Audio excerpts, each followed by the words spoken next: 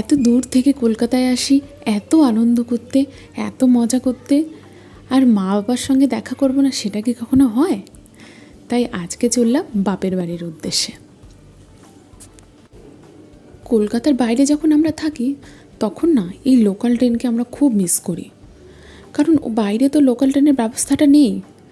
আর local ট্রেনে উঠে যখন বাপের বাড়ি যাওয়া হয় আমরা না একটার পর একটা জিনিস খেতেই থাকি আর একটার পর একটা জিনিস কিনতেই থাকি। তেমনি কিন্তু আবার ট্রেনে ভিড় হলে গরমে কষ্টও পাই, আবার অস্বস্তিও হয়।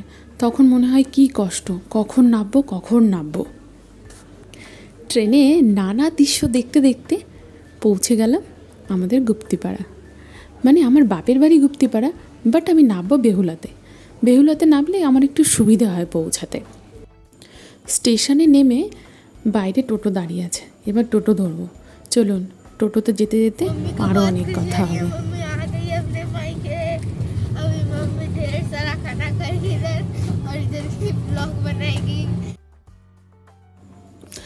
ছোটোবেলার স্মৃতি কি আর ভোলা যায়?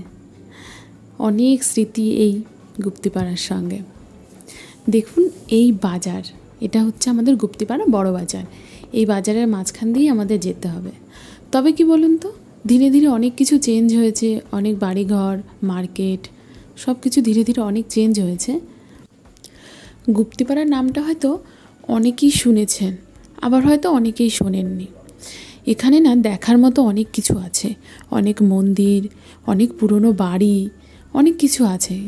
কিন্তু জানি না আপনাদের আমি কতটা দেখাতে পারবো, কারণ আমি তো খুব অল্প সময়ের জন্য এসেছি, ধরুন ওই 1 দিন বা 2 দিন।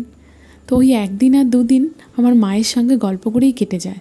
তাই সেইভাবে না আমি ঘুরে দেখাতে পারবো কিনা জানি না, তবুও আমি যতটা পারবো আপনাদেরকে দেখানোর চেষ্টা করব। আগেই বলেছি গুপ্তিপাড়াতে দেখার মতো অনেক কিছু আছে। তার মধ্যে এই মন্দিরটি আমার বাড়ির কাছাকাছি। এই মন্দিরটির নাম হচ্ছে বৃন্দাবন চন্দ্র মন্দির। মন্দিরের বাইরেটা যতটা সুন্দর দেখছেন, ভেতরটা আরও বেশি সুন্দর। আমি চেষ্টা করব আপনাদেরকে দেখানোর, আর যদি না পারি কোনো ব্যাপার না, পরের বছর যখন আবার গরমের ছুটিতে আসব তখন অবশ্যই দেখাবো।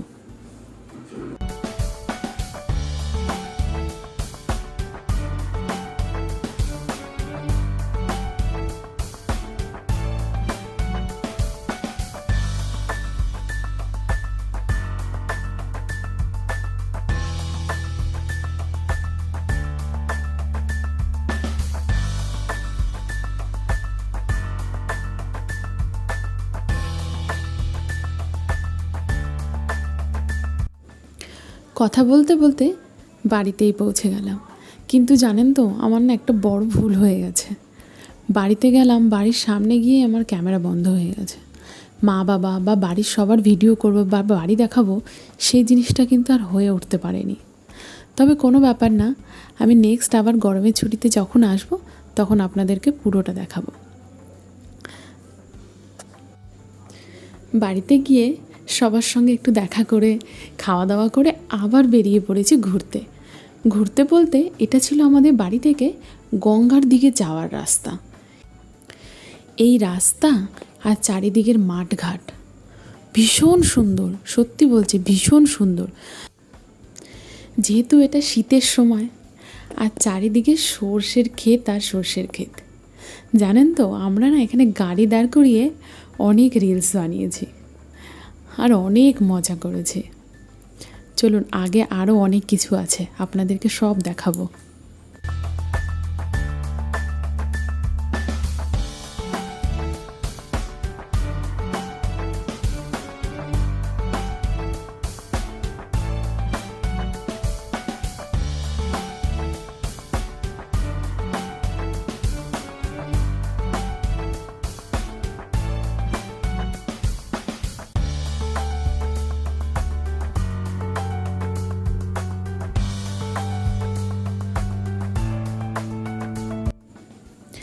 কিছুটা আসার পর এখানে শুরু হয় একটা গ্রাম।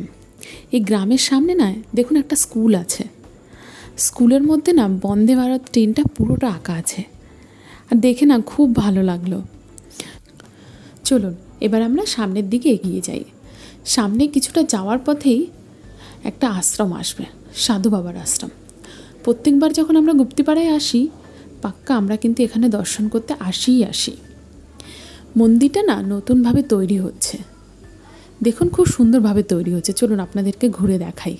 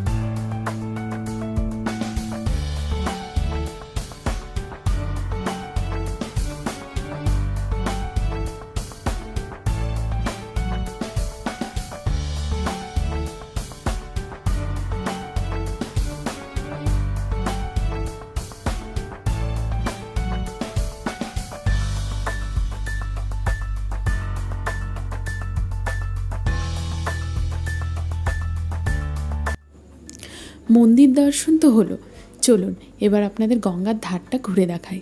গঙ্গার ধারটা না ভীষণ সুন্দর। আর এই গঙ্গার ওপারে না জায়গাটার নাম হচ্ছে তারাপুর বা হবিপুর। ওখান থেকে না শুনেছি রানাঘাটও খুব কাছাকাছিই পড়ে। চলুন আপনারা দেখতে থাকুন।